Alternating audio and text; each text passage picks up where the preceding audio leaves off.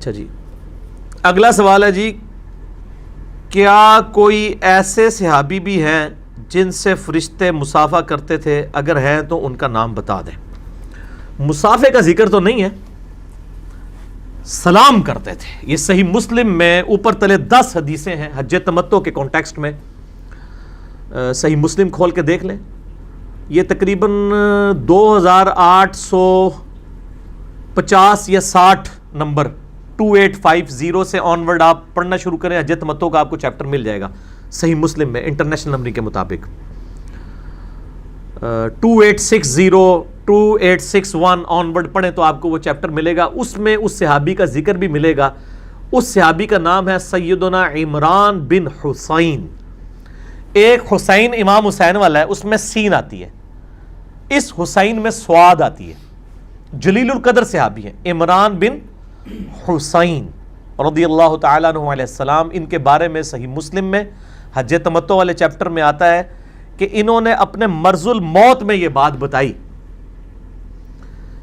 کہ مجھے فرشتے سلام کرتے تھے اور میں ان کے سلام کو سنتا بھی تھا، پھر میں نے داغ لگوا لیا، ان کو وہ پائلز ہوگی بواسیر، اس کی وجہ سے ان کو زخم پہ داغ لگوانا پڑا، داغ لگوانے کی وجہ سے فرشتوں نے انہیں سلام کرنا چھوڑ دیا، پھر انہوں نے توبہ کی، اسی حدیث میں آتا ہے مسلم شریف کی، پھر فرشتوں نے سلام کرنا شروع کر دیا، اور انہوں نے یہ بات اپنے مرض الموت میں بتائی جب ان کو یہ یقین تھا کہ میں مرنے والا ہوں، تاکہ لوگ یہ نہ ہو کہ میری عبادت کرنا شروع کر دیں۔ جاتے جاتے انہوں نے وَأَمَّا بِنِعْمَةِ رَبِّكَ فَحَدِّثْ، اپنی رب کی نعمت کا انہوں نے چرچا کیا، کیونکہ مرنے کے بعد تو چلو تعریف ٹھیک ہے نا، زندگی میں متکبر ہونے کا خطرہ ہوتا ہے، تو مرض الموت میں انہوں نے یہ بات بتائی کہ میرے ساتھ یہ ہوتا تھا، اور پھر انہوں نے ساتھ وصیت کی، اس حدیث میں مسلم شریف کے آتا ہے کہ دیکھنا اگر میں اس بیماری سے بچ گیا تو تم نے یہ حدیث آگے نہیں بیان کرنی، لیکن وہ بچے نہیں، وہ فوت ہی ہو گئے اس میں۔ تو اس حدیث میں ہی وہ الفاظ موجود ہیں کہ اسی عمران بن حسین رضی اللہ تعالیٰ عنہ نے حضرت عمر فاروق رضی اللہ تعالیٰ عنہ پہ سخت کامنٹس دیے تھے حج تمتع پہ پابندی لگانے کی وجہ سے۔ یہ 10 حدیثیں ہیں اوپر تلے صحیح مسلم میں، اور انہوں نے کہا کہ نبی علیہ السلام نے ہمیں حج تمتع کا حکم دیا، اس کے بعد نہ کوئی قرآن کی آیت نازل ہوئی، نہ نبی علیہ السلام نے اس چیز کو منسوخ کیا، بلکہ میں نے تو بخاری مسلم میں بتایا کہ حضرت جابر بن عبداللہ نے نبی علیہ السلام سے پوچھا کہ یہ حج تمتع صحابہ کرام کے ساتھ خاص ہے قیامت تک کے لیے؟ تو نبی علیہ السلام نے یوں انگلیاں داخل کی اور فرمایا قیامت تک کے لیے حج اور عمرہ یوں داخل ہو گئے، اور امت نے پریکٹیکلی حج تمتع کو الحمدللہ اجماع امت نے قبول کیا۔ حضرت عمر نے پابندی لگائی، وہ کچھ ان کا اپنا ایک ذاتی شغف تھا اس حوالے سے کہ وہ چاہتے تھے کہ لوگ حج کے لیے الگ سے آئیں، عمرے کے لیے الگ سے آئیں، تاکہ مکہ شریف پورا سال آباد رہے۔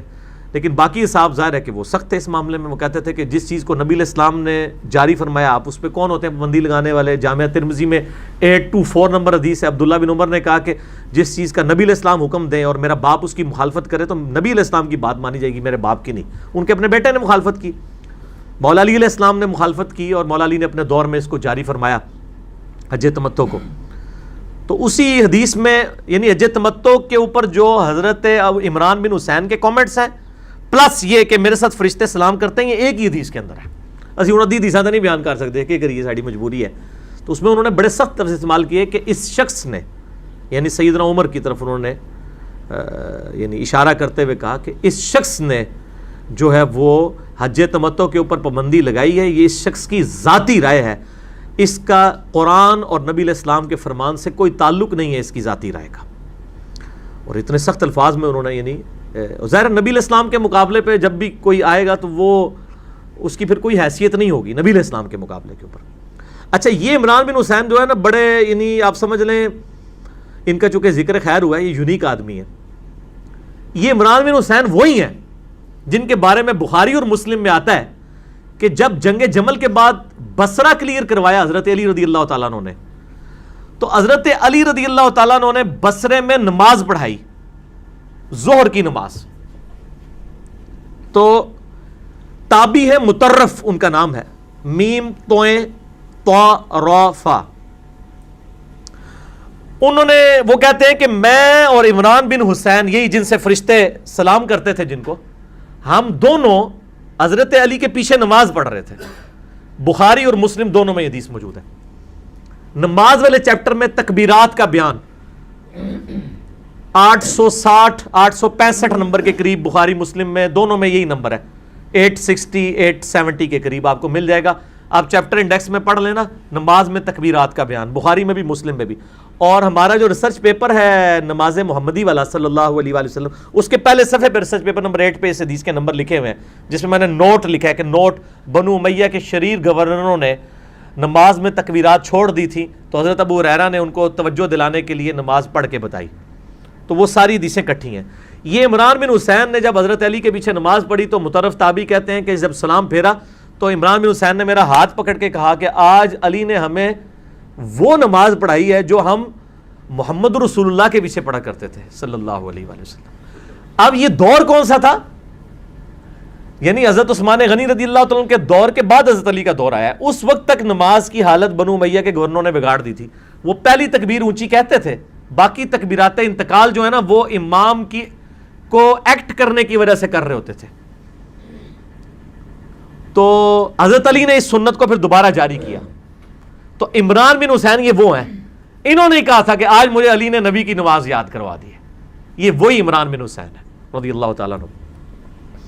بلکہ صحیح بخاری میں اسی چیپٹر میں آپ کو ملے گا کہ عبداللہ ابن عباس کے پاس ایک شخص آیا, اس نے حضرت ابو ہریرہ کے پیچھے نماز پڑھی مکہ شریف میں, اور اس نے آ کے ابن عباس کو کہا کہ آج میں نے ایک ایسے احمق شخص کے پیچھے نماز پڑھی ہے جس نے 4 رکعتوں میں 22 دفعہ اللہ اکبر کہا ہے.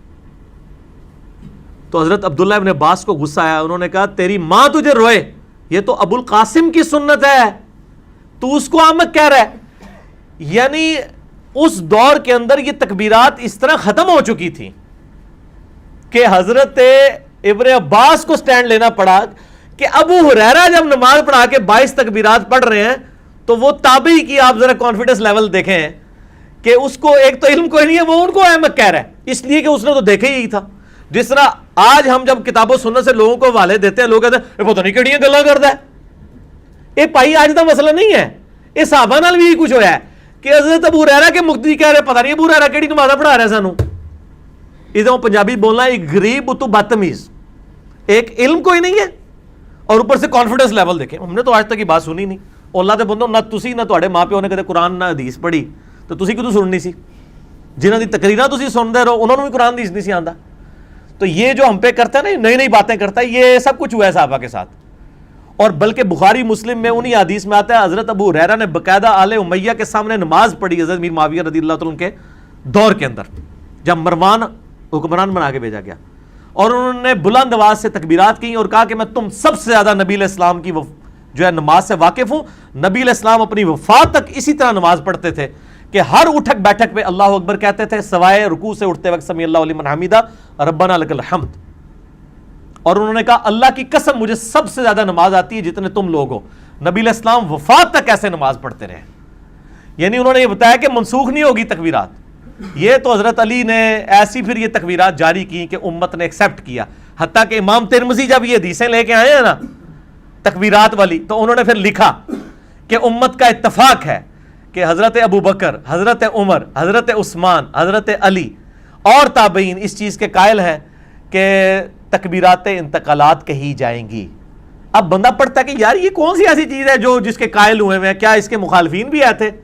تو پھر ہر گل دے پیچھے ہر گل دے وچ ایک گل ہوندی ہے, وہی اصل گل ہوندی ہے. وہ انجینئر صاحب دستے نے, انہوں نے بتا دی کہ یہ بات تھی.